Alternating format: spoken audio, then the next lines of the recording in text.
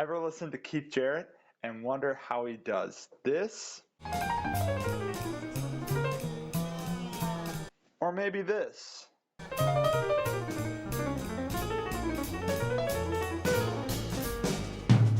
And maybe you thought, well, virtuosic technique aside, how does he even come up with those notes in the first place?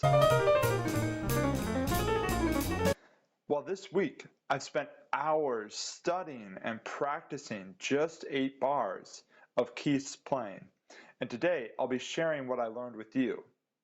Also, I'll teach you the powerful method I learned in jazz school to analyze phrases so you can get all this knowledge for free. Let's take a look at the full clip.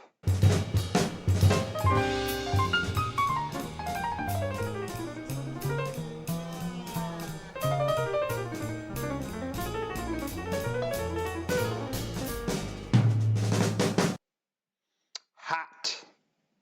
That was fire. Fire. Shall we listen to it a little slower now?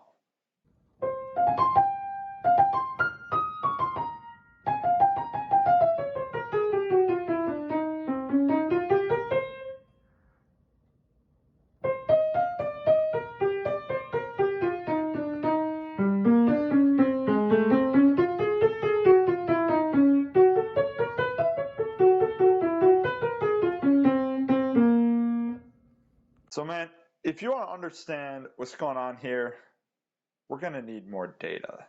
So if we're going to analyze this phrase, the first step is to classify notes into groupings of scales, arpeggios, and enclosures. Next, we're going to label each of those fragments and identify where they come from. So for example, the excerpt starts with an ascending F minor triad, and then this fourth shape we'll call F sus2. And if you fill out the rest of it, it looks like this. Now that's already looking pretty good. Most of the scales line up with the chords you would expect, like A flat major scale is played on an A flat major chord. Or a C minor arpeggio is arpeggiated over a C minor chord.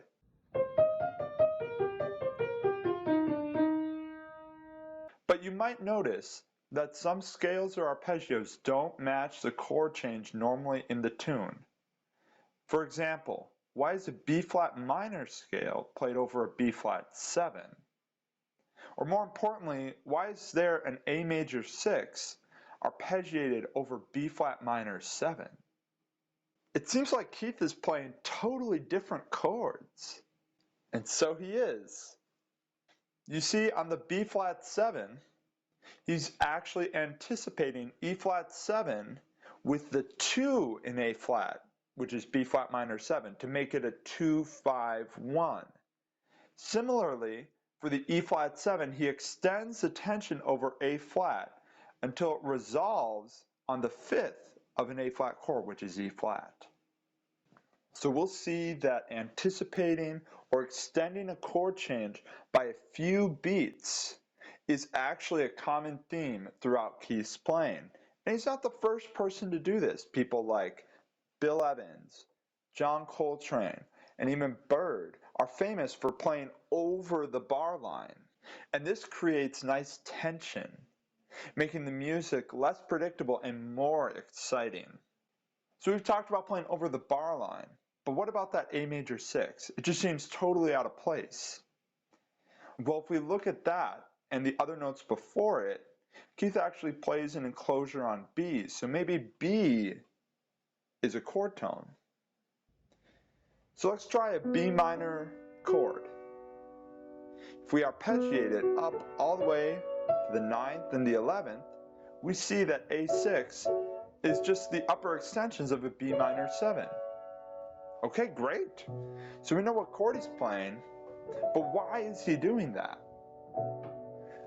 Well, if you're thinking ahead, B minor is actually a half step above B flat minor. So Keith is actually playing in the key a half step above where the normal harmony is. This is called planing. It's where you play a half step above or a half step below the normal harmony. Much like planes are parallel to each other, you can play ideas that are the same but just transposed up or down a half step. People like John Coltrane, Ornette Coleman, and even Paul Bley are famous for doing this kind of thing, by a half step, maybe even by a whole step. Now, we can move on to chord tones.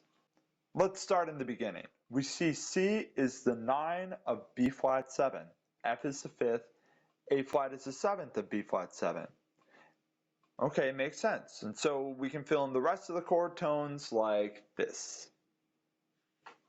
So the first question I want to ask is, does Keith play any jazz cliches? Knowing Keith, there aren't too many obvious cliches, but there are certainly hints and adaptations from the jazz tradition.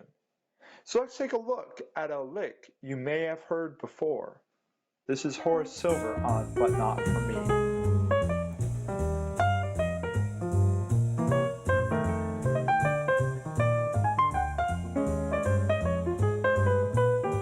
Now Keith takes this shape, changes the first note, deletes the last note, and alters the rhythm a little bit so it sounds like this. Now it's extremely unlikely that Keith is thinking about any of this actively. He simply absorbs so much music that it flows out of him instantly. But what we're doing is important practice room analysis. And if you want to sound a little more modern and less like the 1950s, then taking a jazz cliche like Keith does here and altering it can help you put a fresh spin on an old sound. Take a look at this fragment. See if you can hear this shape played on this excerpt of Wayne Shorter's solo on Dolphin Dance.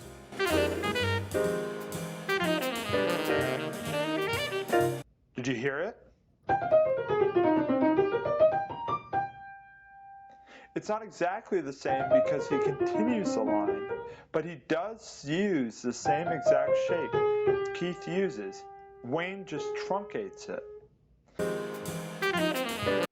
There's also a few other cliches, but they too are mixed in with all this other material. And if you're like me, you're thinking, how does he do that? Now, besides being a genius and having years of practice, being a child prodigy, all that stuff aside, this brings me to a really important tip for you to learn as much as you can from your transcription. Do more with less. One way you can do this is by practicing lots of variations on just a single lick or idea, and that helps free you up so you have more possibilities when you go to improvise. Okay, so we've looked at all this familiar material, but what about all this unfamiliar stuff that doesn't even sound like traditional jazz? Like, who plays the 7th mode of F harmonic minor over an E flat 7?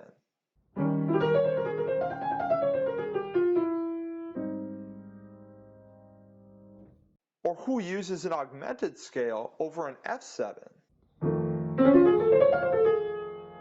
Even though some of these notes and rhythms could be derived from conventional jazz language, Keith uses rhythms like 9 tuplets and 7 tuplets to obscure the origin of these sounds. Especially with today's passage, Keith almost sounds like John Coltrane playing these sheets of sound. And all this is part of Keith's inventiveness. Part of his genius lies in the tension between these stock formulas and these exotic sounds that are familiar but flipped on their head. And just like great literature uses familiar symbols but inverts and plays off of those symbols to communicate something new, Keith has one foot in the past and one foot in the future.